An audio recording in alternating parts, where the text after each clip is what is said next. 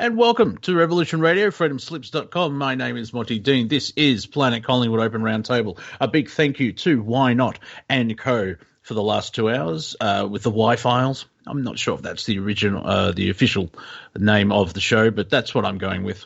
And I'm still going with it. So there you are. If you enjoyed the last 2 hours, please go to freedomslips.com and or revolution.radio and donate what you can so we can continue sharing information on Studio A and B, or A and B, education. There we are.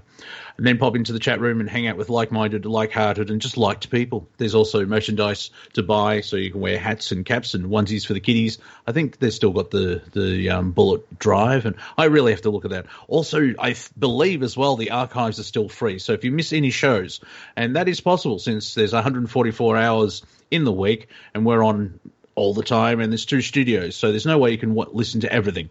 And so if you missed a show, you can go back and click on that. So just click on the archives and follow the prompts. Now, if you'd like to join myself on Planet Collingwood, and it's going to be interesting, let's be fair. A lot's happened in the last 7 days. You can just drop me a line. I am Monty_Dean on Skype. And if you're part of my contacts lists already, just drop me a message and I'll add you to the call. And I have 2 wonderful gentlemen already, a couple of regulars, because they eat bran. No, wait. Bruce MacDonald and the Viking. How are you, gentlemen? Bruce, we'll go with you first. How is Central America these days? Yeah, I'm still digging it. Yeah. Excellent. And Viking, how are the wildfires going up in Northern California? Still a bit muted there. Yeah. Well, we figured that out. Buddy. There we go. I had the screen muted. Yeah, I woke up this morning to an orange, eerie kind of just the ambiance is just very suffocating and just eerie, just diabolical. I mean, just strange. Just I had that fight or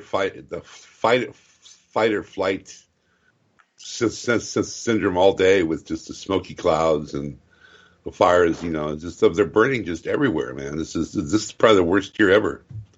Oh, interesting. And also on the other side, on the East Coast, I'm from Australia. Everything burns down, but that's part of the nature cycle. I don't think it's part of the nature cycle, the cycle of nature in California.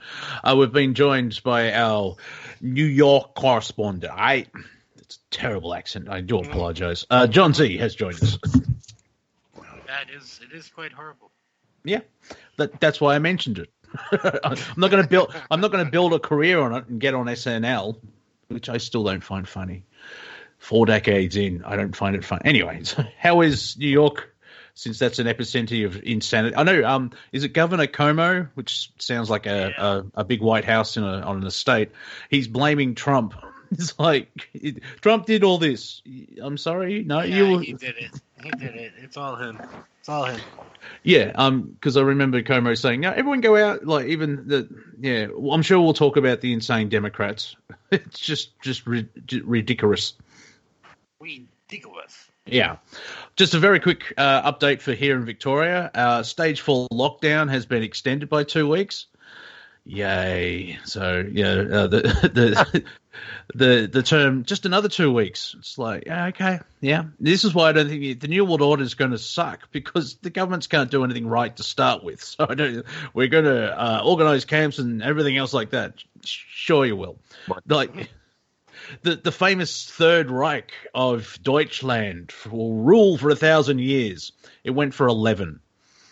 Didn't even get 10. Coming of the First Reich. Yeah, so it achieved 1%, or even less. Go ahead, Bruce. Is Balls Deep State trending in Australia?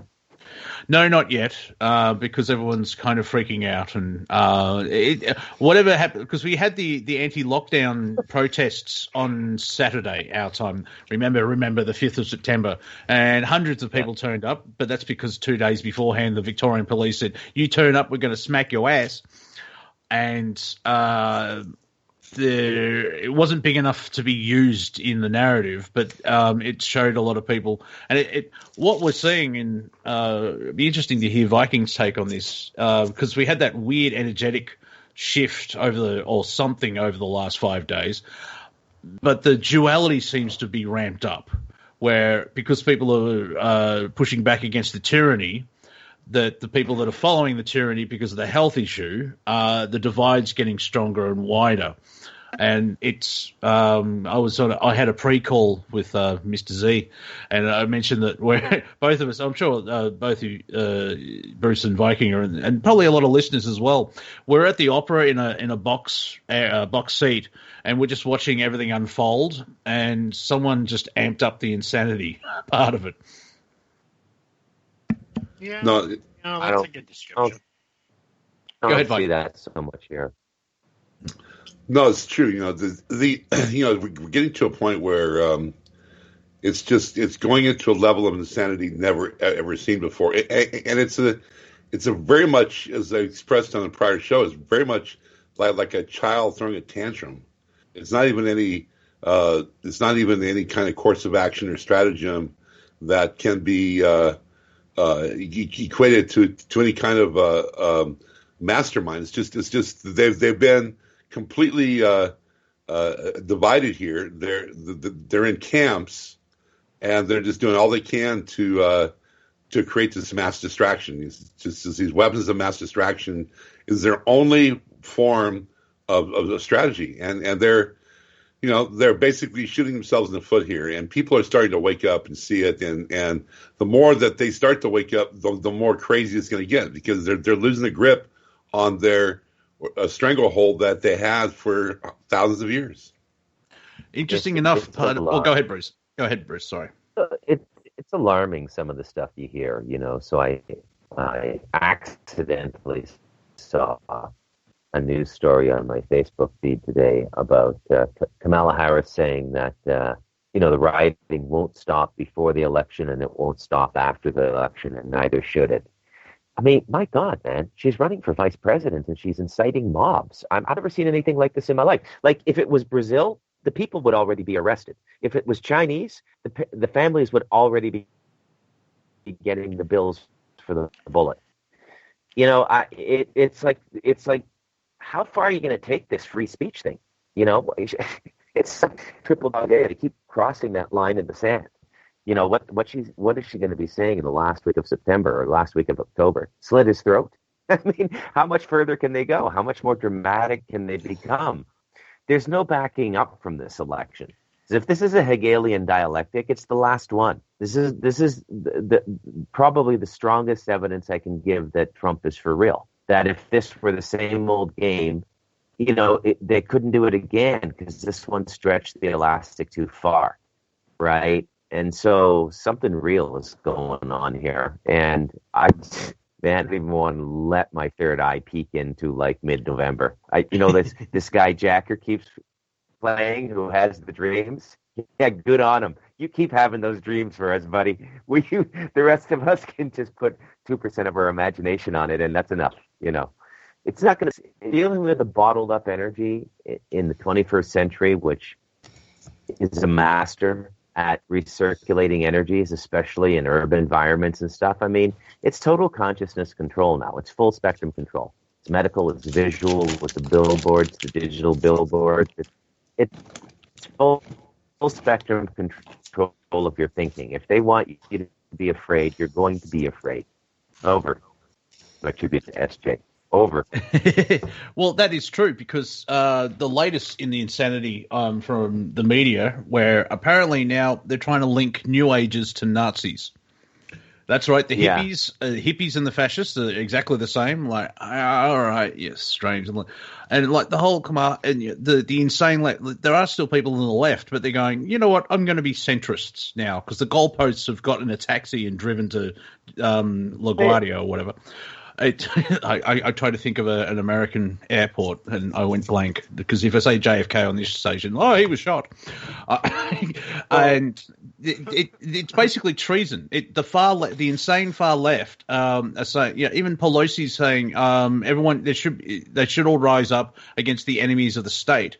but it sounds like they're fighting the state instead of like I've mentioned it before, and I just had a thought of how to tweak it in a comedic way. Is that when Trump got in, the best thing the Democrats could have done is find someone that is likable, intelligent, knows where they are, and find policies and connect with Americans and put forward a different option of making America great again. But instead of that, they've set the table on fire. It's like, okay, can you imagine that meeting? It's like, okay, well, Trump got in. We didn't really connect with the American people. What about if we do this idea? Dave, what are you doing? What's the gasoline for? Oh, you set the table on fire. That's the reaction, and that's the idiocy of it all. Go ahead, Viking. Well, you know what's interesting here is that they've had this stratagem for a couple of years now, where they're basically whatever comes out of their mouth, they're guilty of. But by pinning it, by throwing the darts at a target, they're deflecting the attention of exactly what they're guilty of. I mean, everything out of their mouth, and then they take that and they misdirect it. But they are absolutely guilty of everything that they're saying, and they have actually, going back to Kamala Harris here, or Kamala Heretic, she. There have been several people, especially in Petalwood, that have advocated for his, assassination. They've actually said it out loud. Especially De Niro is one of them. That's absolutely a nutcase. But what's happening now is that they are showing their colors. Okay, they're showing their banner. We see their banner. We see their colors. We see their symbols. These are all war game applications here that we see them. And so what Trump's going to do now, the latest algorithm that came out in the last couple of days, is he can invoke the Insurrection Act, Article 2, under the 14th Amendment, which if any gubernatorial or mayoral or Congress or judges or police chiefs that are advocating violence can be arrested. Insurrection Act, Article 2. They should be. And this is under the 14th Amendment. They could be arrested. And now what's happening here, because I've said so many times, Antifa is registered as an international organization. They're known as, that they could be tried for international terrorism and sedition. So this, I feel, in the next 6 weeks, you're going to see a lot more state marshals. They're going to federalize, as I said last show, they're going to federalize the National Guard and these home troops, and they're going to start putting them on the streets, arresting people, and they're not going to go to civil court. They're going to go to tribunal for 5 to 20 years.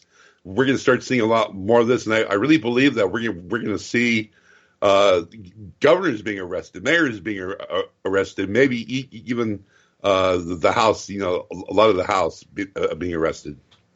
I don't want to get. I hope I don't want to get right about too that. Marxist here.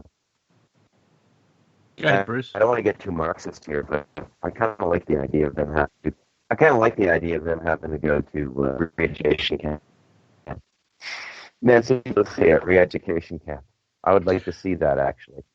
Well, it's based on, it's not Western world. They've become the monsters that they think they're fighting. And like, I'm 50-50 on Trump.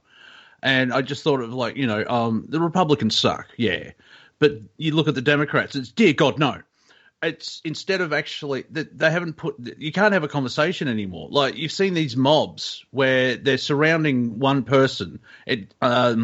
Paul Joseph Watson has released a video in the last 4 days about how the culture war's kind of ramped up.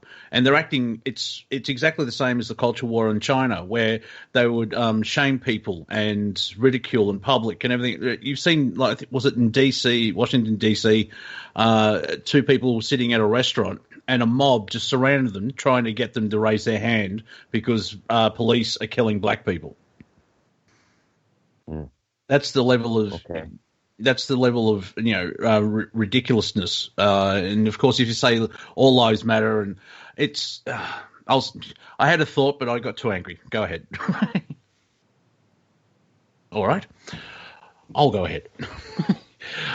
It's just ridiculous. We're just seeing it's just getting silly. And for me, anyway, if you feel like you need fighting, be careful because don't attack, defend. Basically, for my actual personal experience is if you fight at their if you go down on their pretty it all sounds. You don't have the best connection, Bruce.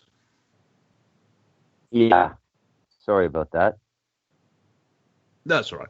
Just it's kind of hard to follow along a little bit. So important words get dropped, and I'm like, oh man. It's for me spiritually just a personal thing. And if this doesn't resonate with you, well, it doesn't have to. You're experiencing your experience in your unique way. I'm not fighting anymore. I'm here to sort of watch, and I'm here to be the frequency and allow that to unfold. It's a bit woo-woo, but I don't care. Because I could go to the demonstrations, and I was thinking about going to the lockdown demonstration on Saturday, but I saw how a alternative journalist was treated, where he was arrested because they knew who he was. He wasn't doing anything, and it's... as Viking has been saying, I think all of us have been saying, we sort of have to watch them play it out, and people will choose in their mind, like, well, that's not right. It's supposed to be a free country, but if you wear a red hat saying "Make America Great Again," they want to shoot you, and that's already happened. At what level? Like, how is it's? And then you have the coronavirus happening as well, where there's so many shady things. Bit of funny. I think on Sunday, the Premier, Dan Andrews, or sometimes he's referred to as Chairman Dan or Dictator Dan, these modelings for the roadmap was created with a supercomputer. And when I saw that, I'm like, oh, people are going to bring up AI. It's just easier to sort of, rally around the family with a pocket full of shells and watch it unfold from a comedic point of view. Monty, I'll bet you that chicken operation is looking pretty good now. Well, that going. Not really, because I live in a hut, lay a cement pad in a Quonset hut, you're good to go. I live in a 2-bedroom unit with an 8x12 concrete backyard.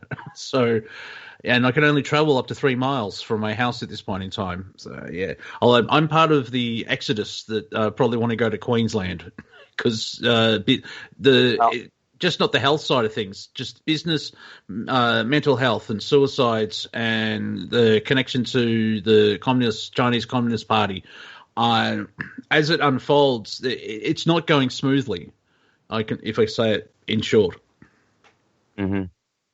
Yeah. The respect for life seems to be diminished. It seems it's getting a bit Wild West. It's just we're getting into some pretty dark territory here. I've made my peace with all the narratives, right? The Abrahamic narrative has to cycle out. The Jews will go first, and Islam will skid along for maybe another 400 years. But I think all of these narratives have to cycle out, and then the new way of thinking and perceiving is going to come in. But what we often forget, and a lot of the tension in the time we're living now, is that 3 billion of the world's population is engaged in time-delimited prophetic scriptures that basically the contracts come due. It's time for them to deliver. God said he was going to do this. Where is it? That's an event no matter what happens because of the expectation gap and because of all the invested energies and all the intention over centuries and millennia that have been leading up to this moment. So that's got to be dealt with, and then it's going to be calamitous, man. You see, there's no way now that we can go back to the old. I heard Mr. Rowe on the other day, and he was saying it's going to be better than this one, but it's some people are going to be running it. I don't have an option. I don't do a minor reboot of the existing system, right? Because it's not the way it's going to happen. I think what's going to happen is slowly over time, as things begin to degrade in the cities, people are going to begin to move out, and you're going to see the urbanization of Europe and North America begin to go in reverse, where it's going to be more trendy to live in a smaller community that's more hands-on. Well, that's stuff like that. That's already happening. I mean, New York has a huge mass exodus. L.A., San Francisco, huge. I mean, to the point where it's freaking out the mayors because they're losing their tax base under already dire situations. They're seeing this huge implosion of their well, it's actually a toxicity. It's never been a liquidity, but. So I want to go back to the chickens really quick. Yesterday, I have two breeding hens, and one hatched 10 chicks, and one hatched 12. And that adds to my total of 37 chicks this year. I'm in the process of enlarging my chicken coop. I also wanted to go and say, as far as going back to you, Monty, as far as your dissidence on Trump here, I don't believe it's a Democratic or Republican party election here. I think it's good versus evil, and I'm really seeing both parties actually disintegrating here in the next 2 to 4 years. I don't think we're going to be having the same. The system that we have now is broken, and it's definitely going to be changing. Yes, I can see that as well, because Trump really, well, I think he was a Democratic, more Democratic than the Republican, but he chose Republicans, which everyone's like, what? And there was the whole never Trumpers, and if the whole system is corrupt on multiple levels, on for say 20% here and 50% there and everything else like that. Trump's a catalyst, and so we have to sort of watch it unfold. And I don't think he's a savior, but he's the one moving things forward for good or ill. But it is coming down to that, because right at the end of Paul Joseph Watson's video, he did a montage of all these people calling for violence, and instead of voting people out, they want to have a violent revolution. And if you make it very basic Fisher Price, they hate the Constitution and everything that it stands for. And they keep calling Trump a dictator. And if that's true, Portland wouldn't have been on fire for, 104 days now? Right. We have also been joined by our Sydney correspondent, Cortek. Are you there? Hello, bonjour. Can you hear me? Hello? Yes. Yes. You can? Okay, great. I just wanted to ask, Monty, what you knew about the port situation down in Melbourne and the China. Someone said that China owns the port of Melbourne now. I honestly don't know. That's the other thing. I have to sort of dance around media, so I have enough knowledge to do this show, but then I don't deep dive anymore because it's just like it's just unpleasant. Yeah, it's like I can just watch the 6 episodes of Star Wars. I don't have to buy every comic, if I can put it that way, to find everything. I think the Chinese, I'm not sure about owning, but I think they're renting out. The Chinese government have bought up a lot of things here in Australia, and I think they're doing that globally. And it's for economic. Confessions of an economic hitman. They're doing the debt loan thing, and if you can't pay the debt, they're doing it financially instead of violently in that war. I think the problem is the deal that the Premier has made with the Chinese, we don't know all the facts, so we don't know exactly what's going on. Yeah, fair call. Okay, cheers. Go ahead. I would just say, sorry, Viking. I would just say that it's highly likely ports are something that the Chinese have been investing heavily in. They own ports all over there. So water travel is something they want, and I guess this is why the South China Sea is so important to them, why they're taking a stand. You see, there's an old saying, he who controls the oceans controls commerce, right? And that still sort of holds for today. Maybe even more so with these mega suppliers and mega manufacturing and everything, right? I'm all that. sure I'm sure that'd be on the top of their list of keeping stuff. Well, there's people fed more. or whatever. Well, you don't really see, those massive container ships, which have hundreds of containers all going from Asia to the United States, which I think takes about 2 weeks. They can move so much stuff. You don't see that in air travel, mainly because if it crashes, you'll probably wipe out Oregon or something. And so at the moment, it's still sea-based. And I think up until all the trouble started, which, we can pick a year, but the US was basically the policeman of the water. I don't know if that's part of Admiralty law, but you go back 200 years ago, rule Britannia rules the waves, and that's how they had a third of the globe in their empire, and they were because their prominence on seafaring ability and everything else like that. So the US is sort of now. I mean, do you want to go down a rabbit hole because we're at a junction? There's 4 different tunnels. Yes. Team Dark, whoever they are they setting up the United States to be the policeman of the world? And so everyone gets upset with them and then take them down. And through the confusion, a new world order can rise, and probably last about 8 weeks because they all suck. But just babbling. Well, I would just remind everybody that it occurred to me the other. Losing packets. Yeah, you dropped out there, Bruce. Is it worth trying to reconnect? You're totally gone. He's still on the call, but we've lost all audio. So, go ahead, Viking. So it's very true that Bruce, you're absolutely you're mechanical in your delivery. Yeah, hang up and reconnect. Kick him and tell him to join back. So the Chinese for the past 20, 30 years have been buying up all the ports around the world. They look at economics as a risk game. It's part of their warfare of global domination. And this is how they think. You mean like the board game risk you're talking about? Yes. Yeah. Yes. They're actually trying to have global domination of their goods and power, and it really is something like that train that they want to do across the Silk Road. It's all part of their domination. But I feel I don't think that we're the United States is a police state. It used to be when we were protecting our interests in oil fields and poppy fields around the world. But it's actually I feel Trump has a different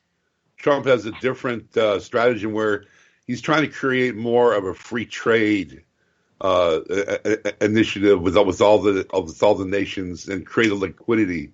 So his strategy is completely opposite of what the deep state was doing for the past 150 years. Yeah, Bruce, are you there? Oh, there we are. That sounds much better. We can actually hear you. Yeah, so something happened. It switched over to Bluetooth, but for reasons I don't quite understand.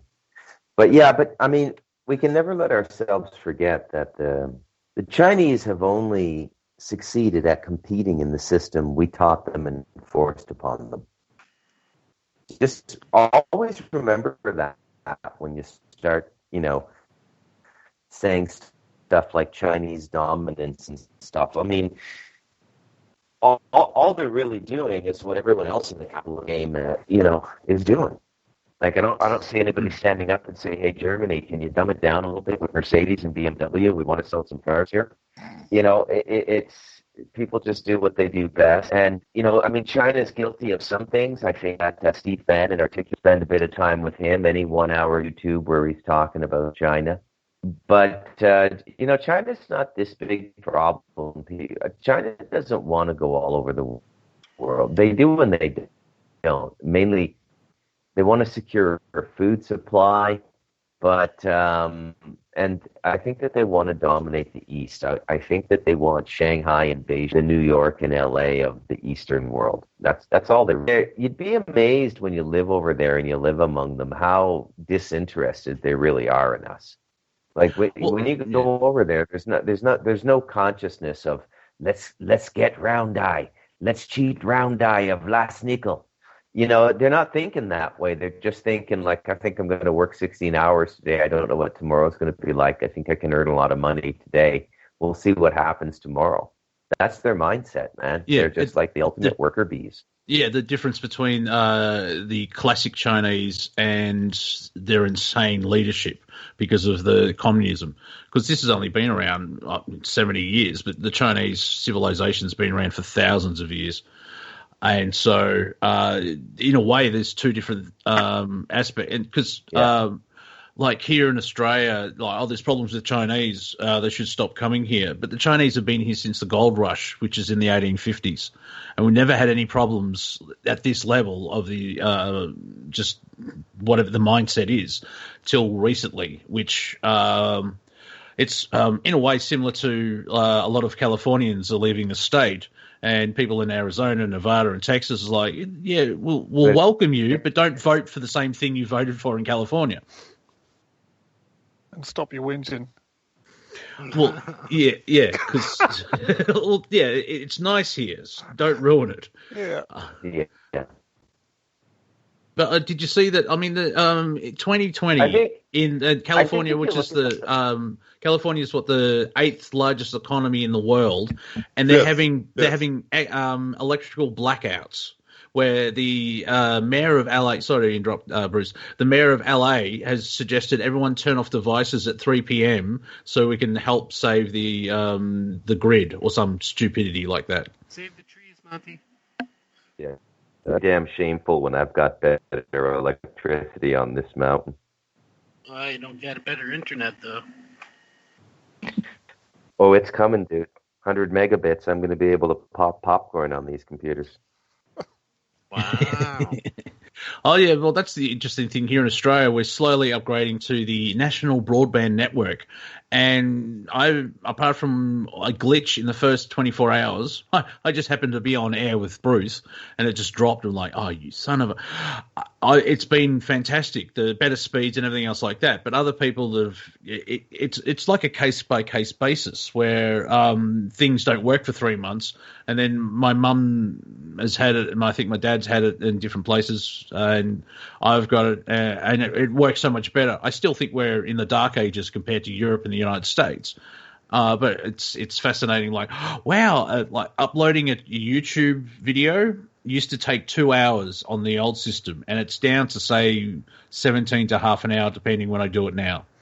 And it's like, oh, that's so much better. It's much more respectable. Yeah, Man practices the dark arts. Hang him. Oh yes, it's white man's magic. As the, was that a Harry Potter? Was that a Harry Potter teacher that just chimed in? I don't see. I would employ who wants to start up an internet business, and we have a consultant for the dark arts. So what's wrong with your computer? Have you laid bare a sacrifice to get rid of the demon? No, try that, or turn it on and off again. Tip 2.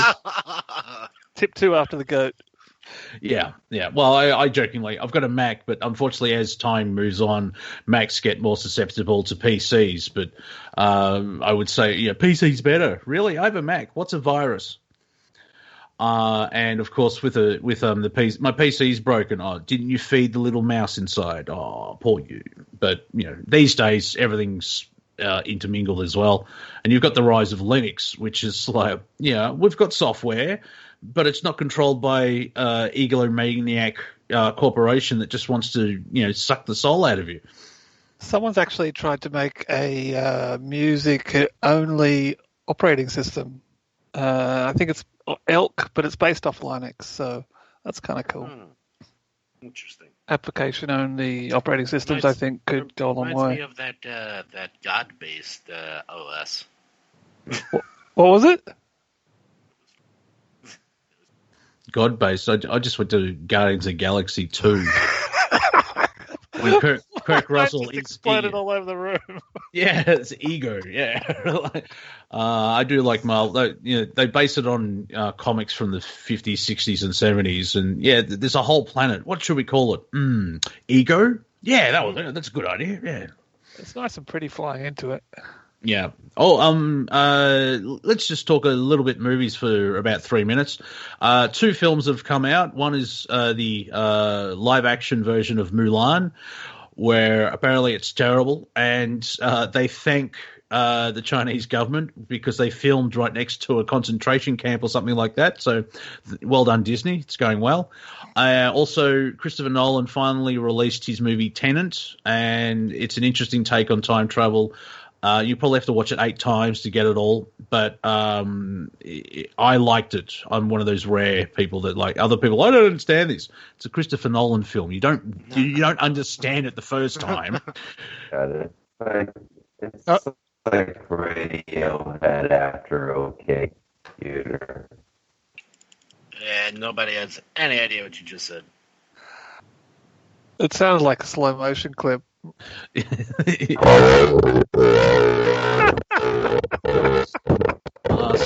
it's that demon. I told you, got to sacrifice a small animal to get rid of the demon. Step number 1, do the goat. Step number 2, turn it off, turn it on. Yeah. I started an update on this horrible computer I have. It's a really good computer, actually. A little ThinkPad with a solid state drive, but I just haven't thrown Linux on it yet. It's got Windows 10, and it drives me crazy. Yeah, well, that explains it. Yeah, it's Windows 10, so it's interesting. Didn't they skip 8 or 7 or something? It was weird. 9, I think they skipped 9. 8 came out, but everyone wanted to forget about it really quickly. Yeah, because they changed everything. Where it's like, where's this button? What's going on? It's that classic thing of, this is a perfect system. Let's change everything. Marketing. Yeah. Well done. Thanks, guys. Yeah. Because, that's sort of the downfall of it's not pure capitalism because we don't have pure capitalism, but it's that marketing of, there's inflation, we have to constantly grow, which mathematically doesn't work because it's environmentally doesn't work either. Yeah. However, I think was it Andrew Jackson? The United States got rid of a central bank, and up until the Civil War, they only had 0.2% inflation, and that's when they built the country, and everyone was fine because there wasn't that sucking sound in the background. As Perot, not Perot, was it Perot? No, is that the Belgium detective or the weird Mexican guy with the ears? Texan, sorry. Anyway, there is that's for me anyway. Like I could probably survive in 3D if I can use that label. If we got rid of the central banking system and prices would drop and the money wouldn't devaluate. In the movie. I've gone blank. Zeitgeist. In part 3, they explain that $1 in 1913 is exactly the same buying power in 2007. It's $126. That's how they've fractionalized everything down. Where you read old comics and 35 cents for a comic, and you buy one now and it's over $5. I remember when Choc Buds were half a cent, you had to buy 2. I remember comics being 10 cents. There you go. Sweet. Yeah. And then, it's 70s and it's like the boom of the 80s, and then this is where the fight for wages, because as the dollar devalues and you stay at the same wage, you can't buy stuff, and then taxes go up, and it's an ongoing cycle of caca. This man is practicing heresy. Yeah. That man's thinking right. We need to take him down. Also, I also have to. Well, I don't think anyone from the Victorian Police listens to Revolution Radio because a big hello to ASIO if you're listening in. I'm sure there's the same guys. Like, I like this guy, so I'll be rostered on every time the show's on. However, you would have seen the footage, and just from a tourism point of view, Victoria is completely stuffed, because why would anyone want to come here if you arrest a pregnant woman for a Facebook post? Let's talk about that for a second. I feel the same way, guy. Well, damn shy, man. South African in Australia. Oh, okay. So It's like, Canadians cannot do South African. Or yeah, I thought it was a Cockney with a cold. You want to hear my best ever? Say that again, Bruce. Best imitation? You want to hear my best imitation ever? Yes. Okay. So this is Marlon Brando as Reagan in The Exorcist. Did you get that? Yeah, Marlon Brando as Reagan in The Exorcist. Oh, wonderful day for an exorcism. Even with the shoddy connection, it just makes it worse. The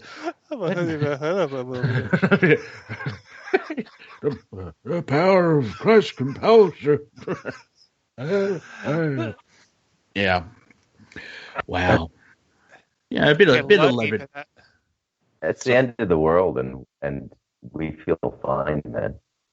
Well, yeah, it's end of a world. It's not like all creation will disappear. It's like most of it's going, Monty. Well, 80%, right? Yeah, I've watched. Get down to the insurance numbers. I've watched home renovation shows. I know what you mean. Like, we'll just take out this complete wall. That's a low bearing wall. You know that bigger apartment you've been looking for? Yeah, just buy a machete and wait it out. Or listen to BLM and move to New York, because that would be interesting. How thousands of apartments are empty? Did anyone think, like, if you're watching Friends in the 90s, where, they're all got apartments and they try and find apartments and there's rent control and everything else like that, and everyone wants to move to New York because sometimes is good, that you would say, oh, don't worry, in 25 years there'll be 14,000 apartments empty. What? I mean, in another year, that whole town's going to be run on pig shit by Master Blaster. Yeah, Tina Turner's coming out of retirement. It's like she starts being the mayor of, like, that's right, Raggedy Man. I actually saw a fellow Melburnian do the whole pep talk of, like, we can survive this. We will rebuild and all that. That was the premise of the post, and I was so tempted to write back, yeah, but a third of the people are leaving Victoria because they're over this shit. It's been going on for a while. The new New York motto is going to be 2 go into the Quickie Mart, 1 come out. Yeah, the police commissioner will be Snake Plissken. On Thunderdome. Yeah, well, I'm writing a new film script called Escape from Melbourne. It's part of the Escape New York and Escape LA. So I'll get John Carpenter in, and that's great. Well, it is an open air. The only thing, it's like people have had a go at me because I jokingly say, "Welcome to the police state of Victoria." Well, what about the infections and everything? Like, yeah, but when they beat this virus, whatever it is, what makes you? I've seen Return of the Sith. What makes you think they're going to let go of these powers? Yeah. What's this new? So let's talk about this. What's this new one that they brought in? It's called inciting or incitement. Yeah, okay, Cortek, here we go. If we organise a protest in Melbourne and you're in Sydney and you have a sister protest, there was actually people in Canada protesting the Victorian lockdown. Oh, yes, you crazy Canucks. And, we put up a Facebook page. We are inciting something, but under the Chief Medical Officer's orders, you're not allowed to protest and have gatherings because it's a health risk. And a lot of people, a couple of them have been caught on camera, but there's probably up to 10 people have been raided by the Victorian police. Yeah. They've had their computer, tablets, like iPads, their phones all been confiscated, and they're not allowed to post on social media about anything else about the said protest, as well as can't go to the said protest.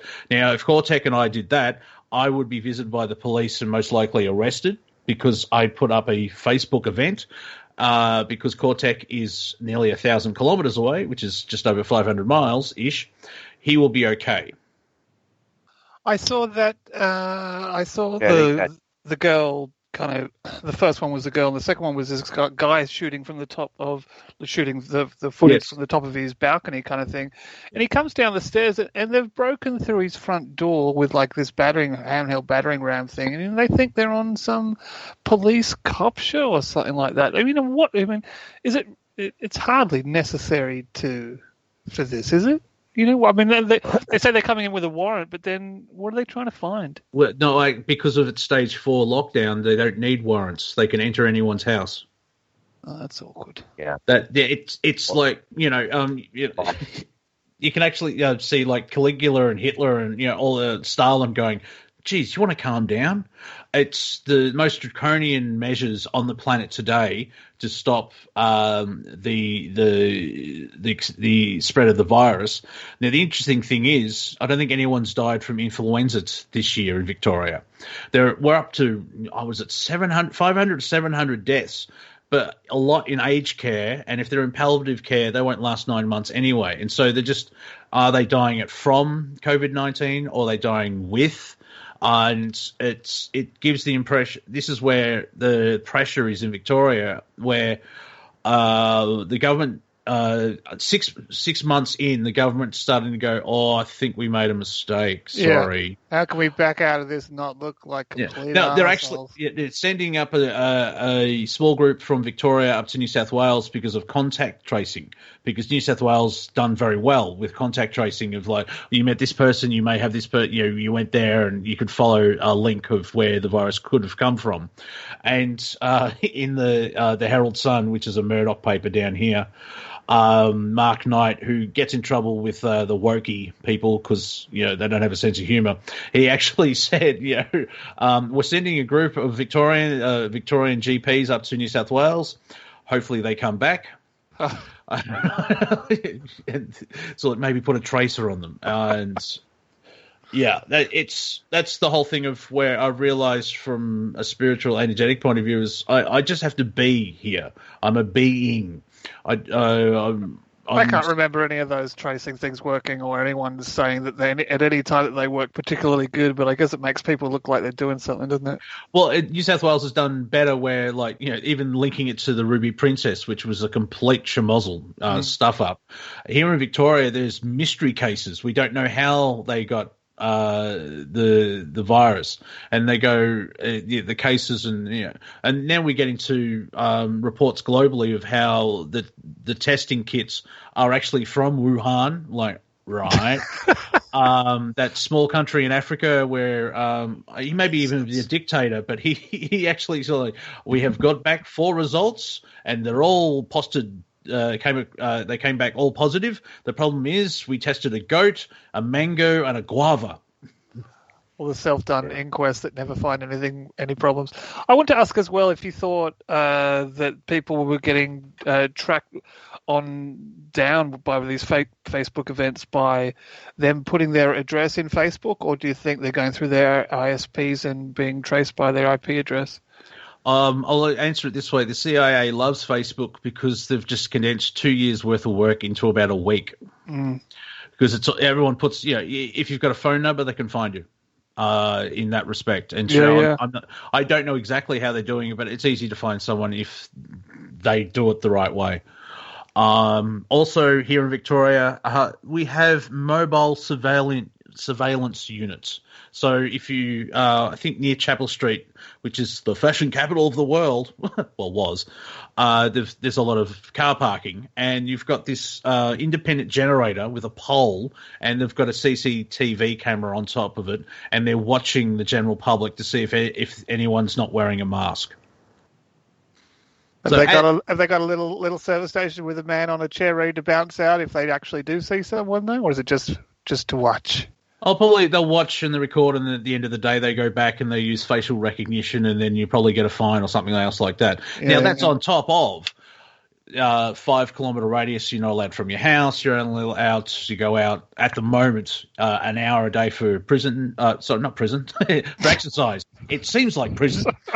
One person from each household can go to buy food, and so on and so forth. Now, with the roadmap, you've got all this information and everything. So, because it's a wind back scenario, I think at the end of the extended 2 weeks, just another 2 weeks of stage 4, you'll have 2 hours of exercise because Victoria's been a very good boy and we're allowed out for another hour because it's getting late as well. The curfew, which is from 8 p.m. to 5 a.m., at this point in time, that is been in 2.5 weeks. That will go from 9 p.m. to 5 a.m. and then the end of October, that's when we get rid of the curfew. Now, we were told the curfew was suggested by the medical officer. However, in the last couple of days at a press conference, he said, "I didn't do that. I didn't advise that," and apparently it was from the police. And so making shit up. Yeah, you thought Watergate was fun. We're seeing what we're sort of seeing with reality. It's a slow car crash, but also just sliding into the shoreline on a surfboard at the same time. It's really weird. The Bluetooth device is ready to pair. I have no idea what that sounds like, but Bruce is doing impressions again. Yes. So I was talking to John earlier, and he suggested I should play Bane, where no one cared about what I was till I put the mask on. It's like, yeah, apart from that, you're jacked up on on steroids and you want to kill everyone. That could be also it. But now everyone wears a mask. It's 2020, where police are trying to chase someone who doesn't wear a mask. The assailant is unmasked.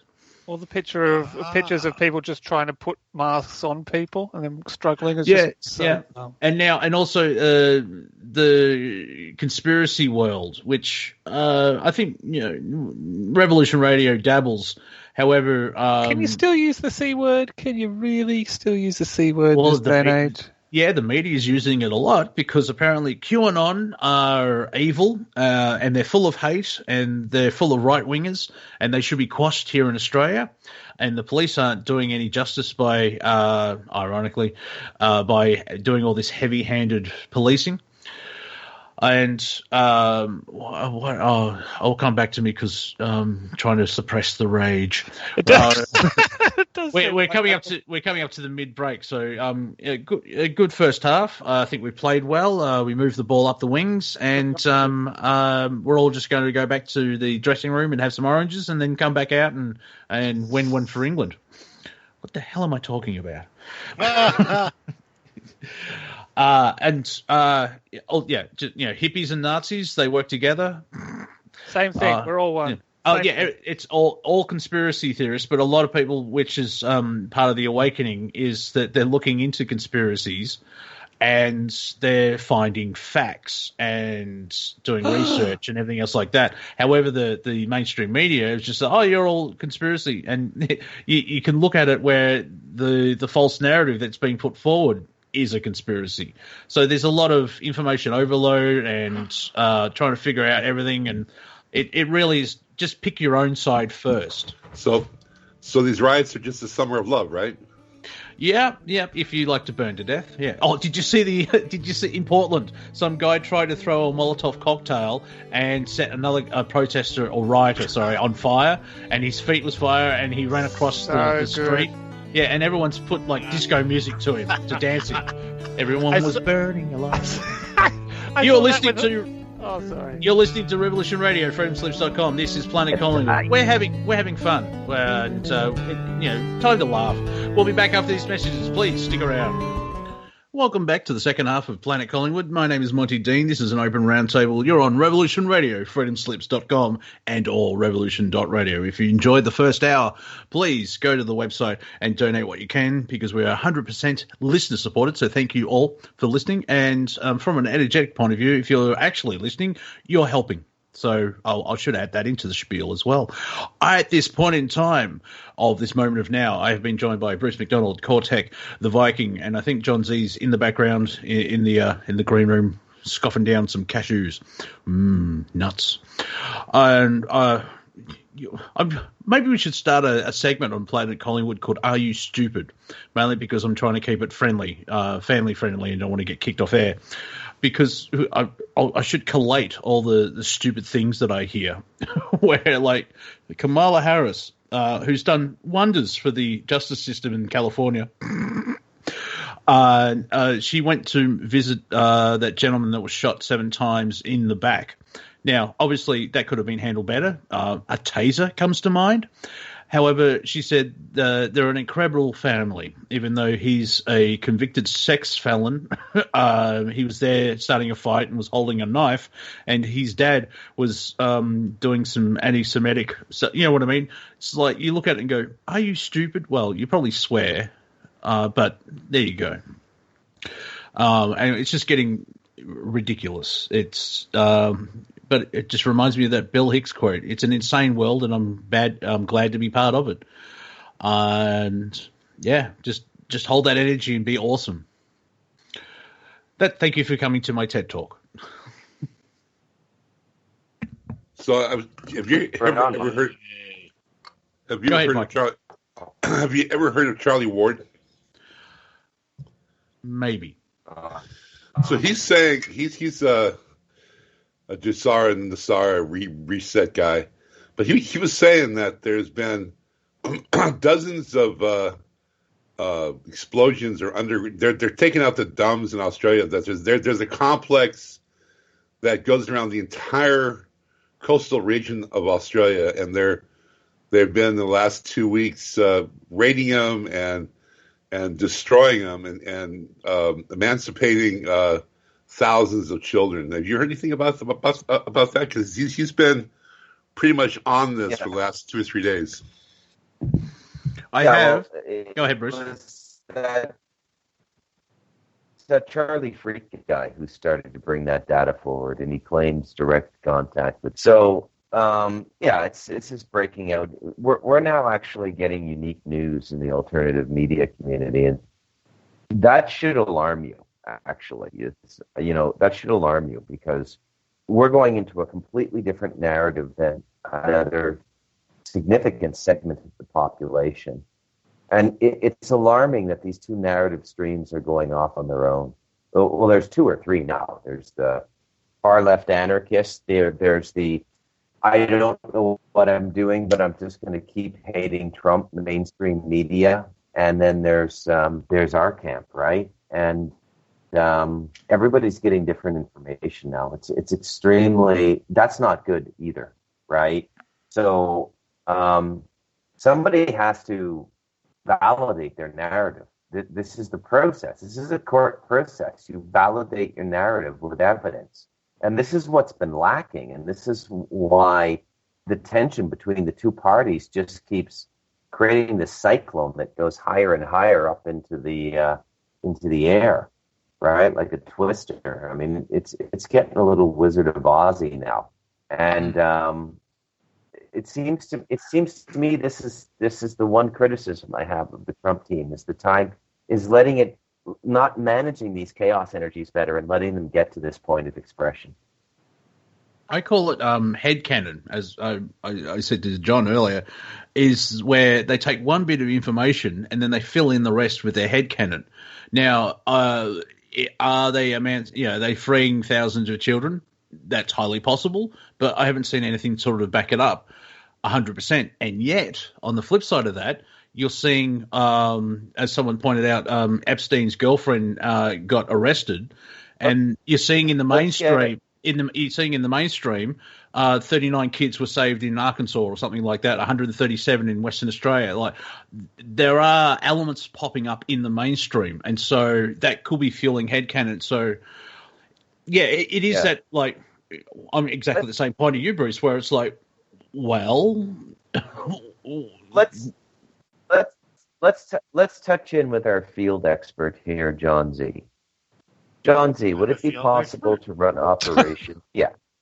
Would it be possible to run operations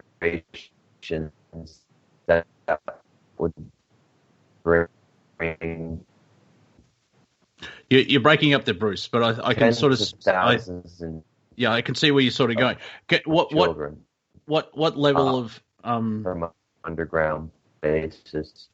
Yeah, how and then Hey, Bruce, distribute them try reconnecting, man. into.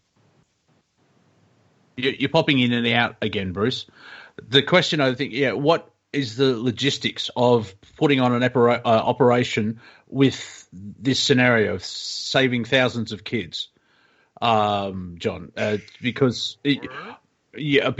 I think instead of just like alternative journalists, if I can say it that way, having the information, it would be being leaked. Humans can't keep a secret, so. Here's my biggest problem with everything. Okay, the reason why it's called a narrative is, as you just said, that there's no proof one way or another, and there's multiple narratives being fed to multiple groups. So, the whole point of a narrative is to keep a straight line. That's all it is. Yes. It's to keep a straight line so that if you're on one side or the other, you know where it is, at least publicly, and that's kind of how it is. As far as could they be liberating thousands of children and people in underground labs and all that sorts of stuff? Yeah, they could be, and maybe they are, but there's probably a lot more stuff going on beside it. Oh, and also the numbers could have been inflated as well, where instead of 500, it could be just 50. But, 5 is disgusting, if I can say it that way. There's a lot more than 5 down there, that's for sure. I know that. Now, interesting enough, to add to real quick, I have opening remarks. Right on. What was that? He said right on. Right on. He's got a better connection now. Go ahead, John. Yeah, apparently his mic is screaming at us. Okay, it's just about 15 seconds. Bear with me. Right on. Is our plan. Yeah, we just heard my plan. That's all. No one cared who I was till I put on the mask. There we go. Yeah, okay. Mark's done. Yeah, thank you. Because now in outer eastern suburbs of Melbourne, they're hearing booms and there's slight earthquakes as well, where the ground starts to shake it. So that adds to the narrative that something's been taken out. Well, no. For them, I'm not saying. No. It could signify that something is being taken out or blown up underground. It could also signify that there's a new base being made underground, because they make the same noises. That is true, yeah. Especially in part of the world that hardly gets any earthquakes. And so if we do, I've been in one. I was in St Kilda. Cortek will probably get these references. And it happened about 500 kilometres away down the coast. And the mainstream media put forward it was some rocks probably shifted underneath the crust, which is most likely, but it could be natural. But other than in this moment of now, who knows what's going on? So it's hard to. I know we don't get any earthquakes here, but there's been about 30 in the last month. I know, it's so weird, right? You see them giant worms from Dune.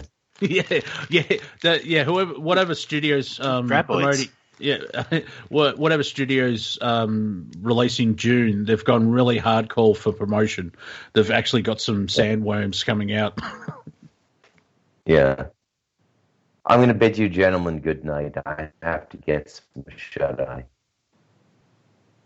All right, thank you, Bruce, for being here, being part of Planet Collingwood. Good chat as always. See you, Bruce. Always. Good night, gentlemen. Good night, Bruce. Still has MacDonald in the morning if people are awake. Because if you're awake now, I'm not sure. But you've got the archives. You can catch his show, I think, Monday to Friday in the mornings on Studio A. The other thing interesting as well is that when you have a narrative and a bit of information that comes out, which is a fact, like, look up the word fact, some people don't allow it into their narrative because it changes the story. And it's interesting to see people do that as well, where it's like, no, it's this. Bananas are awesome. but have you tried a strawberry? No, bananas. Just going, but not the best example, but you can see what I'm trying to say. They're both great. Well, exactly. I dare say, have you tried bacon, sir? Well, that's even better way of explaining the narrative. It's like, I love bananas, everything for bananas. Have you tried bacon? Oh, that's not a fruit.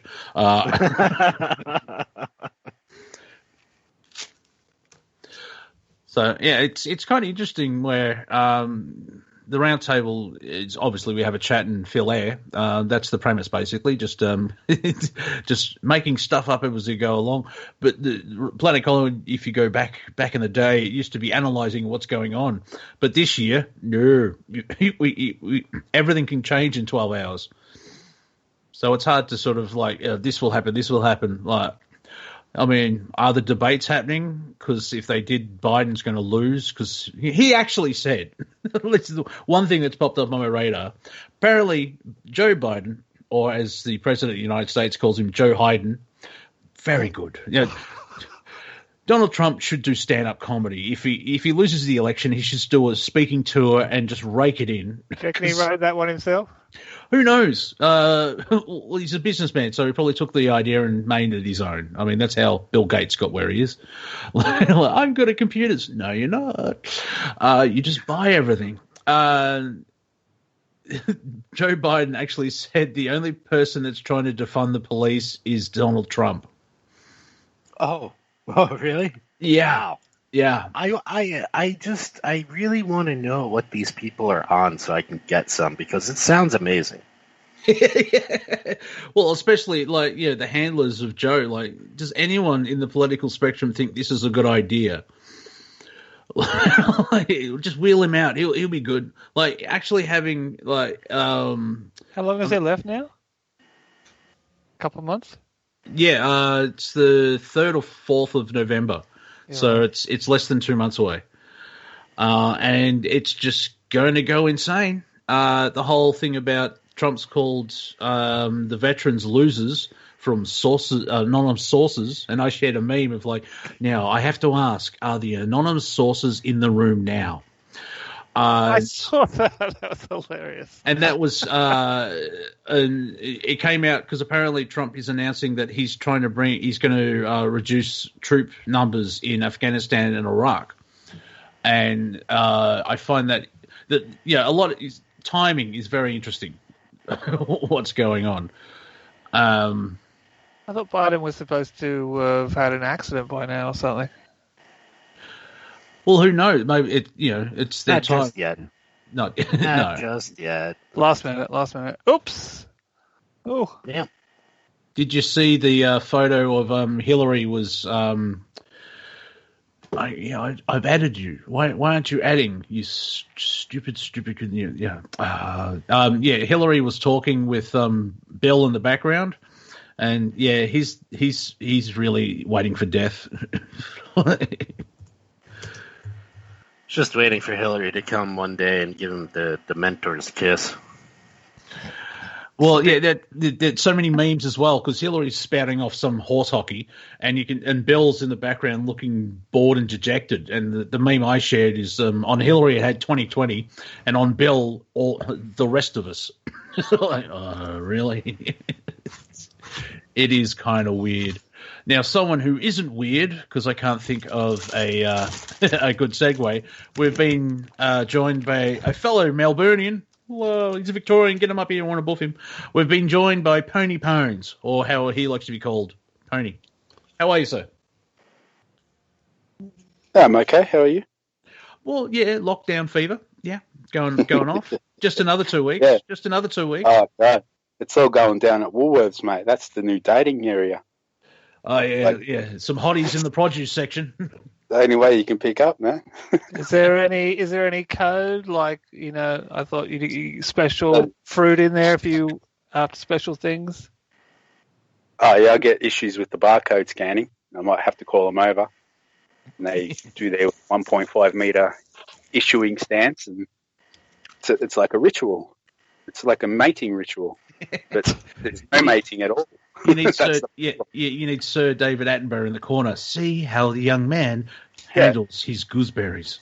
And now flip it all, and it's all how we will not procreate ever again. Well, it's unfortunate that Bruce left because I don't know if it's... that's the other thing what's going on as well. What satire and parody is very hard to find these days because sometimes, is this a parody account? No, I'm being serious. Oh, dear God, no. Apparently, in Canada, they've suggested that you wear a mask while having sex. What? And an actual it's a surgical mask, not like a ball mask. Oh, my God. Yeah. I've seen a new design of the mask. I don't know if this is being implemented. It looks like a duckbill mask, basically. So everyone looks like Daffy Duck now. Nice. I actually shared one. Nice. I shared one. Apparently, there's an idea for a snack mask where you've got a bit of a nozzle and you can eat from the food from the section in front of you. But I put I shared it, but my quote with it was, "Ladies and gentlemen, I give you the dick nose mask," because that's what it exactly looks like. Yeah, so it's comedy. Sometimes comedians get cancelled for a tweet from 2010, but other times you just look at things and go, real, like, yeah. These things are a parody of themselves. It's, you know, Guys, you don't need to. Yeah, the people who wear the shield masks, they're just the clear, like they're welding, but there's no dark shadowing color. And they're just walking around and you could see the gaps between, like, dude, you can breathe the flu in still if it was real. Yeah, well, I just had Tony. You just gave me a great idea. We should wear welders' masks during summer because sunglasses are cool. I'm going to have to ditch my scarf. I'm going to actually have to bloody wear a medical mask. I've gotten away without one. I've worn my Essendon black and red footy scarf, but yeah, I've got. Hey, I know how to get free masks. Don't wear a mask. But I've got a couple that were given to me because I didn't have a mask. And I'm ready for summer, but I'm dreading summer too. Oh, no. Yeah, same with me because I've got like a scarfy, muffy type thing, and I'm just like, 38 degree heat. It's not going to go down well. I'll be sweating and passing out from just heat exhaustion, and most likely I should be tested. Adds an extra layer of filter to my bong. Yeah, just be careful when you go outside because you'll have this weird dark green circle on your mask. Lips, yeah. I've done that before.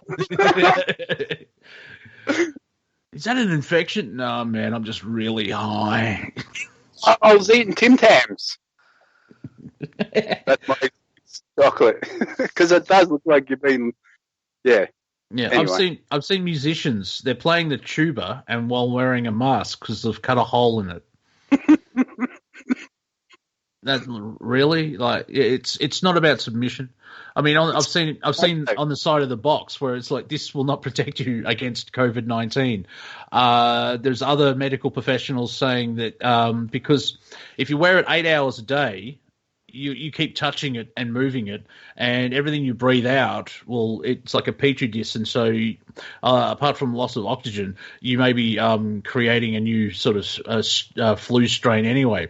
The band Slipknot, when they back in 2004, 2005, they played the Big Day Out, which is summer here in Australia, like January, and they all wear masks because it's part of their performance and whatever floats your boat. But the thing is, because they don't clean their masks and they sweat in it and they're doing like an hour's worth of jumping around playing, hardcore death metal, they kind of sweat. And by the end of the tour, which goes through all the major cities on the mainland of Australia and one in New Zealand, they actually created their own version of a flu from the bacteria in the mask. And because it's a travelling festival, by the last gig in Perth, almost everybody had that flu. What they call it, Michelle? Inside Michelle, I wait and bleed. Those bloody Yank flu, I think. Slipknot. The Slipknot flu. Anyway. Stop my action, guys, by the way. Well, what's your perspective? Because it'd be interesting to hear if Viking has been following along as well. Because if they're still propping it up, that's part of what's going on with the whole lockdown. I don't like saying pandemic because you need more people to die, and that's not a wish; that's an observation. With lockdown, certain people are making money, and it's quite disgusting. Where especially here in Victoria, stage 4 necessity stores are open, and they're all supermarket chains, no mum and pop stuff. So what have you seen, Pony, where is it fluctuating? Is there any code, or is it going well, which is kind of weird since the economy, because Australia is in a recession for the first time in 30 years. Dow dropped 800 points on Friday. It's dropped more again today. But the biggest news is Tesla's stock dropped by 21%. The biggest drop in his history of his, or whatever the company is. He's a puppet, by the way. I don't believe he's involved in it. Do you know what happened? Like, did he say something wrong, or why did it drop? There's usually a reason. I think this is it. This is the big sell-off time. They killed a market. They killed a dollar. And it's all going into crypto. Even though crypto is dropping, there's a lot of money being pumped into the US tether, which needs to be pumped in to get to your crypto.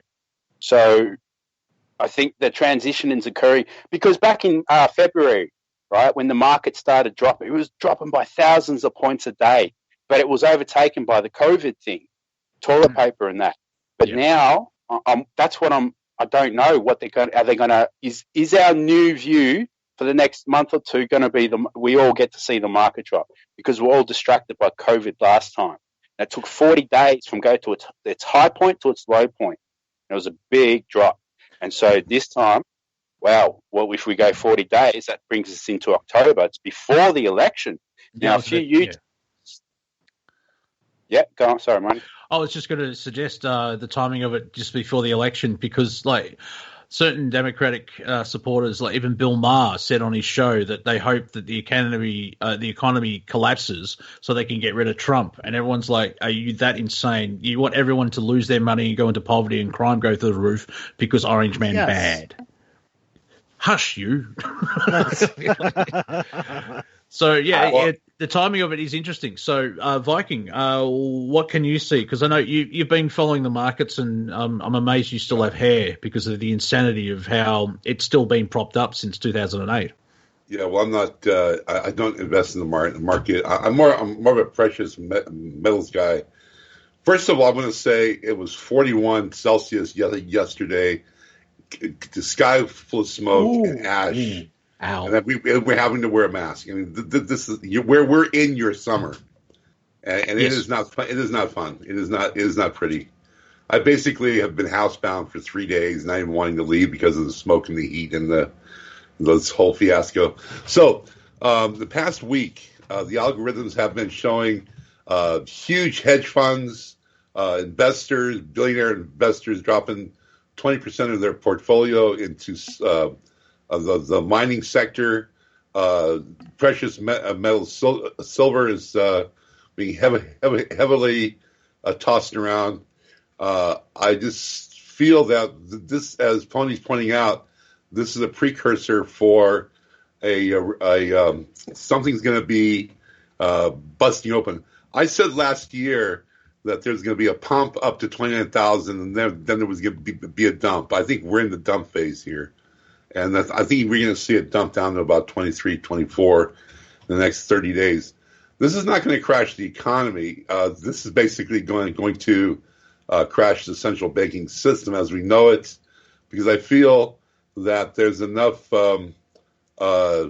attention and awareness around this that people are literally wanting to go to an asset-backed currency. I think this is really going to force the hand on the monetary system to create this gold standard. And I really feel that there's enough players around the world in governments and institutions that they want this to happen because they know that this is going to be the let's say sounding board for free trade, and it's going to take the toxicity because we're still quadrillions of dollars in toxic derivatives that are literally being pumped around these banks.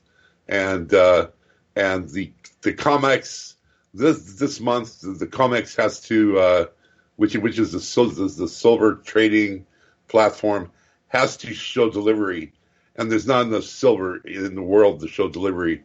So this could actually collapse the COMEX. SLV, as we know it, can be gone. That's paper trading of silver, and I just feel that this month is going to be very precarious all across the board. I don't see cryptos necessarily taking a huge advantage here. I think you're going to see precious metals actually be the vanguard here in this new transition. It's interesting. If we go into light versus dark, it sounds like that the dark had a plan, and one event in that plan was to crash the economy so they could swoop in and take control. And it reminded me of, this is my Doctor Who reference. The doctor, one of the companions says, do what the Doctor does. You use the enemy's weapons against them. And so by having an almost crash like this is a perfect time for the light to step in. I'm using very basic terms here. The light to step in and use that against the people that want to take control, if you follow. No, absolutely, because they want the whole idea of COVID and these riots and shutdowns was to crash the economy. But if he can have a transition, that won't be seamless, but I believe there will be. It's kind of like when Wimpy was walking on those steel beams. He steps off of one onto the other. There is going to be a platform here where he will basically institute. It's not just going to be for the United States. It's going to be, Trump is making humanity great again. It's going to be basically going into this geopolitical structure of complete trade based on an asset-backed currency. Well, if there's a small group of people trying to take control for their nefarious reasons, I cannot see 80% of the financial system, everyone involved with it, going, yeah, all right. There will be people of it won't be like the crash of 1929, where thousands of people jumped to their deaths because they lost everything. It won't be sort of that level. I think because after 2008, where it was a scare in a certain aspect, that a lot of people in the financial system, this is a what if, by the way, the people in the financial system would have plan A, B, C, D, and E to sort of okay, let's get out. This doesn't work. We've had it over a century and we can see the damage. Let's go somewhere where it actually helps people, which actually includes helping myself instead of the old way of just I'm only helping myself. Well, as far as the 1929 crash, we're actually gone way beyond all of those parameters. We have gone way beyond that. We were actually in the worst recession, and this would have been a depression if Trump hadn't have created these stimulus bills and put people on their unemployment checks that actually they're being paid more on unemployment than working. It's a brilliant move. I mean, he basically kept the liquidity up. Granted, in Texas, I saw today where there's food lines of twice a week that are miles long, and BMWs and Porsches and all these cars are pulling up for their weekly ration of food. So we're getting the food lines or the soup kitchen, scenario that occurred during the Depression, but because of the stimulus all across the board, I feel he averted a huge catastrophe. Same with Australia as well. People are rumbling about we'll have to pay it off generations, but they don't have the information that we have where, well, if you just bankrupt the entire system and start again, all the debt disappears, if that's my understanding. Well, no, because it's fiat. And yeah. All of your credit and all of your loans and anything that was done on the platform of fiat currency will disappear when fiat currency disappears. Yeah, and I think that's sort of a battle of what will come in. Now, the New World Order has its own way, but I've always sort of sensed this. If the New World Order, that's what we're kind of seeing. They're trying to bring it in, but you can't fool all the people all the time type deal. because there'll be a lot of, well, hang on a minute. Like even, we want to go to a cashless society, but all the baby boomers, and that's the correct term for the correct people, they like cash because there's a freedom of like, if I want to buy something off Viking, like a chest of drawers, I can hand over legal tender or pieces of gold. But if it's all digital, that's controlled, like in Demolition Man, if you've seen that movie. Yeah. And so, yeah, it's even we could, if like it has been said, in the higher densities, the light has won and it's filtering down to this level. Team Dark are still trying to have an element of control, which is going to expose them more because it's like, well, that's not fair. Well, they're being exposed. The more they try to subvert this cleansing process that's occurring. Again, I was saying almost 2 years ago, everything has to crash and burn. It has to crash and burn because it's a system that's defunct. Your average fiat longevity is about 70 to 80 years, and we've gone way beyond that. And it's just no longer working. The stock market, the bond market, it's a dead horse they're dragging down the road, pumping it full of methamphetamines, saying everything is fine. Don't look over here. It's like it's just gone to the point where it's so toxic, and there's no way it can recover. There's no way you can recover $4 quadrillion worth of toxic derivatives, which are the main assets of all these banks. They don't claim they're toxic derivatives, but every single institution is bankrupt. Every single institution, and the Federal Reserve has lost its charter. It's not even a chartered bank anymore. It's acting on these as a pirate entity. So it's got to come to an end. So what have we got to do to do that next? Because it seems like these lowest forms of transient power come in and out of office, and this seems like a much more important conversation than orange or blue man bad, or who's in office now. Well, as Monty was pointing out in the first hour, if they're riding on the streets, if they're burning down your cities, stay at home and garden. Learn a new trade or a hobby. Find your passion. You have to balance the energy out. You have to keep your energetics in a very positive flow, and not allow the subversion to suck you in.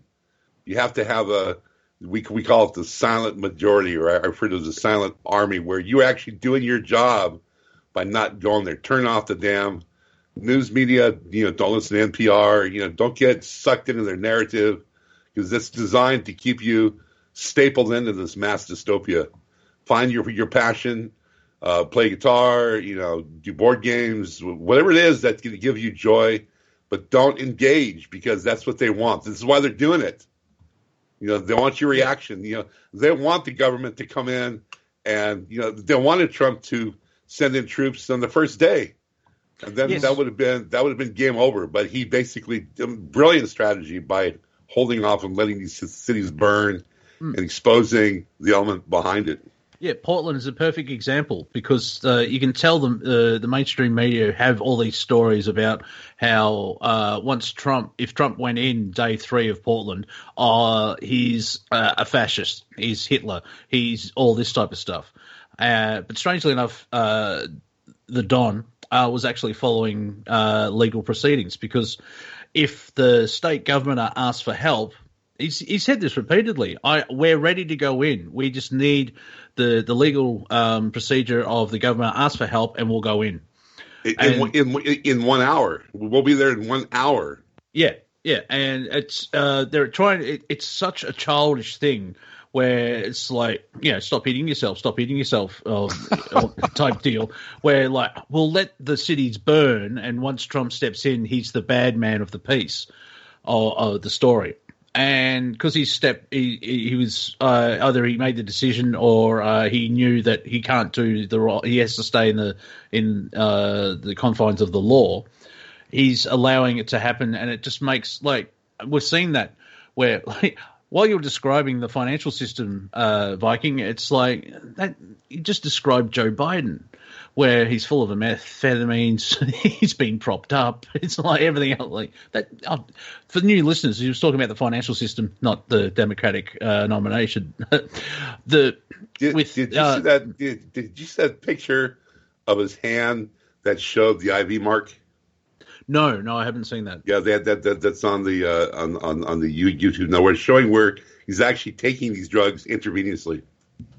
Yeah, and like from a political standpoint, he's obviously a puppet till he gets elected, and then they'll remove him.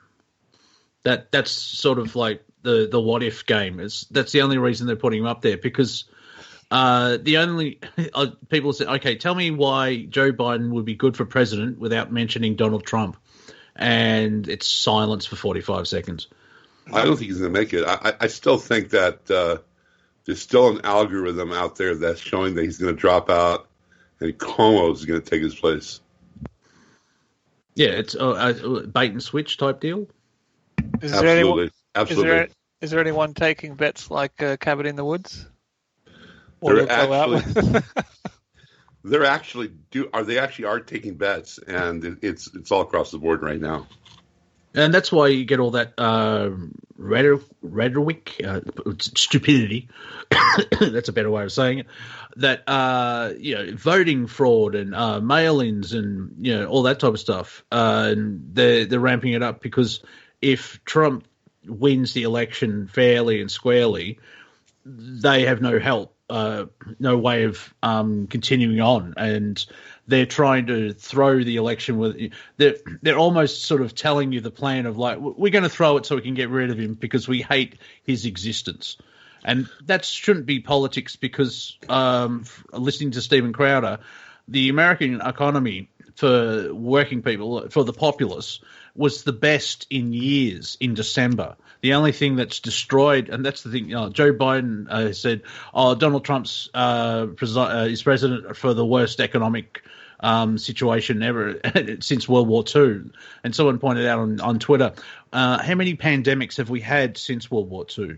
Because before the lockdown kicked in February, March, my understanding was the American taxpayers were doing better than before Obama, the half black guy. Yeah. Oh, President Cool. Yeah. The man that dropped 26,000 drone strikes on innocent civilians, won a Nobel Peace Prize, and called his partner Michael twice at a White House press conference. President Cool. Yeah, all right. That's funny. Yeah, there's I can't remember his name, Peter someone. Every day he tweets, the date is blah, blah, blah, and Barack Obama is still the worst president of the United States, and I keep liking it. So what do we do to reform banking then? It seems like the most important conversation to have. Well, it's the old school fiat. We don't have capitalism. We have crony capitalism because a private organization controls currency. And the idea of a company is to make money. And so instead of the government, the worth of a nation's actually its people. And the government, like here in Australia before, we had our central bank kick in, which I think was in the 60s. It was a deal with the IMF, was that the Commonwealth Bank, which was a government-owned, which means it was owned by the people, would give loans at like 0.5%. To build infrastructure. And so you have the transference of energy / money where the government can build things. It's because people generated money by working. Now what we have is you have governments borrowing from a private bank and have to pay back loans. And so all the wealth of a nation is going to a small group of people. So yeah, the corporations aren't to blame. At the end of the day, people are to blame, aren't they? And well, see, that's the fun part. Yeah, it's the fun part because if you buy stocks, you're sort of helping part of the system. But the thing is, if you look in the United States, when I said before, I think it's before the Civil War, there wasn't a central bank and it was Treasury, and so you had the flow of money and inflation was minimal, and it was a slow growing thing where everyone benefits. But if you've got crony capitalism, where instead of the control of money is a public trust, it's a private trust. That private trust is there to make money, and if they control the currency, they can control governments, and they can manipulate policy and everything else like that. And so instead of, like, the Australian government, we're nearly a billion, not a billion, it's just nearly $100 billion in debt. To who? Yeah, everyone is, aren't they? Yeah, oh yeah. Like, what's the debt clock now for the United States? It was 22 trillion or something. And if this man speaks heresy, he that's only what we know of. You know, it's probably more like around 80 trillion. Yes, that attractive comedic Australian's been talking truth again. We'll have to get him. And well, because if the Federal Reserve, if that's a government department, so apparently the United States government owes itself money. And that's where the brain starts to click in and like, well, wait a minute. No, but it's not. It's a private entity. Yes, I was about to say that. Yeah, because it's a private entity who owns it, and that's the governments owe money to a small group of people, and you can see the trickle down effect. Was it a Rothschild said, "I don't care who's in power, as long as we control currency, we can control everything, because money makes the world go round." And if you've got a small enclosed system where, being a sovereign myself, I should be part of the benefits of the financial and economic in the Australian country, there's a small group that are feeding off it, and they make trillions of dollars. And so instead of my taxes going to build roads, school, and everything else, most of it's going to the debt that has been accumulated on loans. Well, so another aspect of this whole collapse is that the U.S. dollar is no longer being valued as the petrodollar. That's absolutely. It's probably down to about 30% now. You know, it's losing its grip. And China last week said it was going to divest 20% of its treasury notes. So, I mean, this is where it gets really the wild card, or what's known as the black swan event. China didn't last week approve a cryptocurrency, did they? I have no idea. That'd be Pony's department. Sorry, go on. No, I'm just saying is that this whole thing is starting to set up a stage for an absolute a meltdown. But I'm on the camp where it's the phoenix out of the fire. You know, that there's going to be something much more tangible, much more liquid, much more advantage for world trade than what we had before. And all these debts will be renegotiated or will disappear. And it's going to be fun transferring from the old system into the new system. And that's part of the challenge of what's going on is if someone puts a better system, you know, obviously a backed currency, which it boggles the mind of like, what do you mean this is made up out of thin air? So if I buy a house for $50,000, guess what decade I'm talking about? But I actually pay back the bank over 25 years, $250,000. I could have bought 4 other houses. Yeah, that's illegal banking. You know, that's what they're referring to here. That's why your mortgages are going to be forgiven in this new era.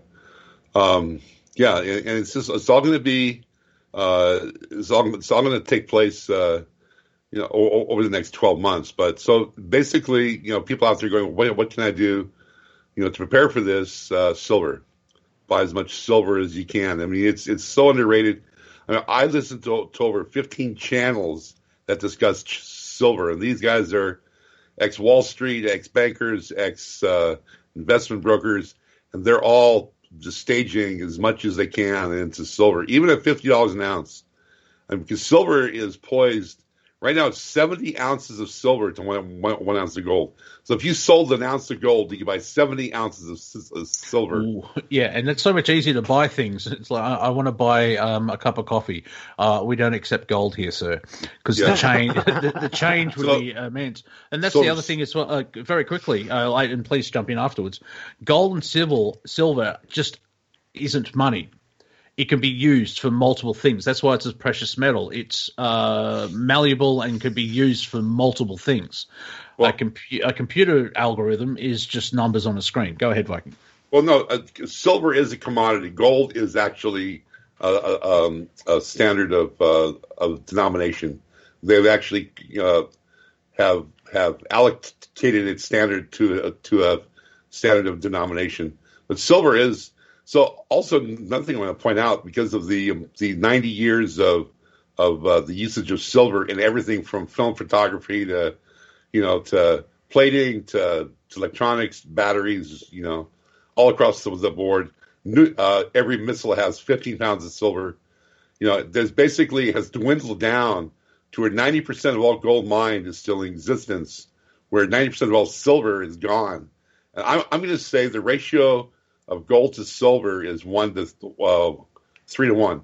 There's 3 ounces. There's 3 times more gold above ground than there is silver. Is absolutely going to just skyrocket because of its necessity in this new technology and this new these new patents they're going to be releasing require the Tesla Tower, tons of silver. I mean, you can need so much silver is going to be needed that silver could go up to 5,000 an ounce. This is, and you can go down and buy a couple of silver dimes or silver quarters. I personally buy melt. I buy melt at spot. So I go in and say, I want your melt. And they give me knives and forks and spoons and cigarette cases and platters and whatnot. But so sterling is sterling. I don't pay any I don't pay a consignment fee. I just pay spot on melt. Yeah. So also, that's the thing for the listeners is physical silver and gold. Don't get a piece of paper saying that you have it, because that's part of the racket where It's like I've bought silver on the internet. No. Well, you've rented it.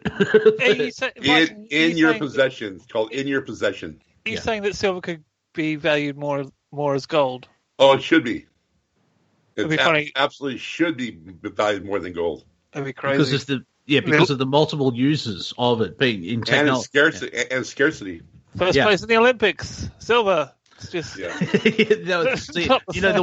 world's changing where gold is second, and that's sort of the other thing as well. Max Keisner, I think that's how you say his last name. I think he's still on RT.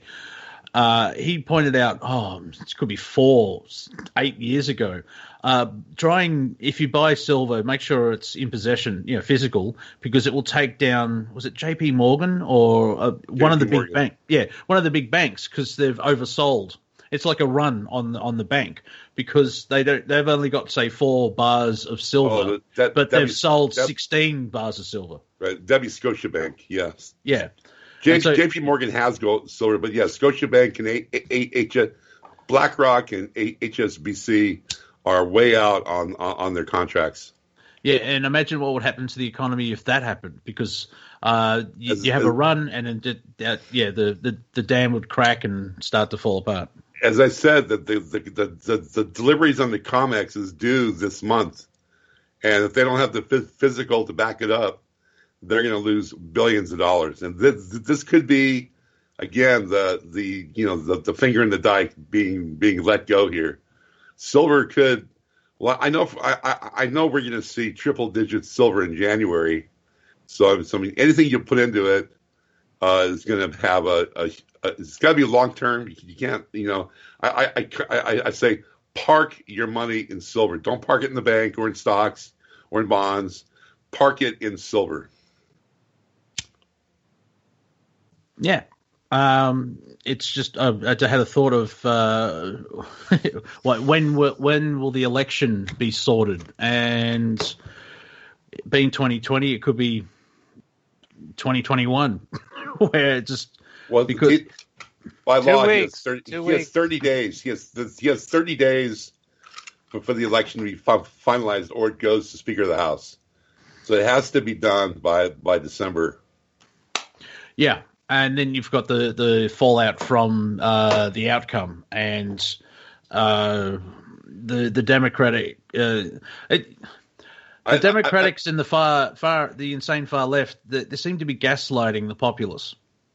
I believe that's actually when I mentioned the beginning here, or maybe it was the last hour, about the Insurrection Act and the 14th Amendment. I think he probably will initiate that after the election, because that would be the most brilliant time to do it, because you do it beforehand, and they'll say he's doing it, to subvert the election. Mm-hmm. So after the election, and they all go crazy with mad cow disease, they start frothing at the mouth with rabies. I think that's when he'll go in and with his troops and mop up the streets. Yeah, seems like there's a lot of people on both sides that think there's going to be a lot of change after the election. Yeah, but the interesting thing is, look, what do they see as change? Because if you've got the Trump derangement syndrome, we've got rid of our Hitler. It's all going to be peaches and cream. That's what it seems like. It just seems like you're black or you're white. You're one color or the other, one team or the other. And if your team wins, then rah. If your team doesn't win, then rah. And it's what's going to change realistically. Yeah, but you can they're blaming this is Trump's America, and it's like, yeah, but only in democratic states where it's been allowed to happen. All this looting and rioting and destruction, and more people have died from the riots than policemen killing black people. So I mean, I think police should stop killing black people. I also think black people should stop killing black people. But I'm a nutter. You probably think people should stop killing people. Well, yeah, there's that. We've tried war for 5,000 years. It doesn't work. Let's move on. 10,000 years. Yeah, let's see. There you go. 100,000 years. All right, it's not an auction. 1 million years. It's been a while. And that's like, even if they're trying, I've said it for a while, and I remember when Bill Grant used to be on the show occasionally. They can't suppress the idea of free energy because, a 16-year-old in a garage can create it. I mean, obviously he gets visited by the feds because, that's a national security problem. Maybe loses a finger or two. Yeah. Well, you figure out how to use water as a fuel source for your vehicle, and then you say no to the oil companies, and then you're dead 30 minutes later. I mean, I'm just a comedian. I'm a man with a cat just trying to express myself in this universe, in this galaxy, on this planet. And even I can figure out on my base level of science that water is oxygen and hydrogen. If you put the right electrical charge into a drop and break the chemicals apart, both of them are flammable. Now, imagine if I had a white coat and funding. Yeah, it's not rocket science. No, man practices alchemy. Well, yeah. Well, give it a couple of months, I'll turn silver into gold. Well, that's just a price thing. So yeah. But that I would get to the moon before you got that patent, Monty. Yeah. I like that. We go to Mars, but we can't go to the moon, which is before Mars. That makes perfect sense. So we're in the closing overs of Planet Collingwood. Pones, will you be continuing on? Will you be having an after party for Planet Collingwood today? Oh, I don't know. Do the boys want to go, or do you want me to go? Are you having a go? Have a go. Yeah. This is Planet Collingwood. We'll be back in 6 days and 22 hours. We've got about 2 to 3 minutes. So Viking, if you would like to share time and not your actual location, but when's your show on Revolution Radio? Yeah, it's Fridays at 11 Pacific Standard Time on Studio A. It's the Galactic Interstellar Council, and we're going to be just going over the program contracts we've all bought into and how to tear them up and move on quickly. Yeah, so that it'll be a great show this Friday. Awesome. I have them on my watch list on YouTube, so I'll be catching up, and always a fascinating show. And it helps. I watch them when I'm supposed to, which I find interesting as well. And now, YouTube channel for that one, Vikings. So if you go to YouTube, where they're archived, they're also archived on Rev Radio. So, but yes, Christopher S. Jacobs' channel, which is one of the council members, has all the shows for the past year and a half. So, yeah, I mean, we've had over 80 shows and 80 galactics and elementals that we've interviewed. Yeah. Also, yeah. So if you don't want to watch YouTube and if you watch the ads, you help out. Yeah, go ahead. The last show we had the race of picks. You know, the picks from the British Isles. So we had a race of picks. It was really cool. Oh, nice. Well, I'll be watching that when I can. John Z has just left because it's the end of the show, so you can see him on public transport in New York yelling at people, "What are you, stupid?" And Cortek can be seen from space. There you go. And Pones, I don't know if you'll be back. We'll find out, dear listener, if Pony will be picking up the slack after the break. Thank you for listening. If you enjoyed the last 2 hours, please donate to Revolution Radio so we can continue on. I'm Monty Dean. You're awesome, and I love you from afar. We will see you next week.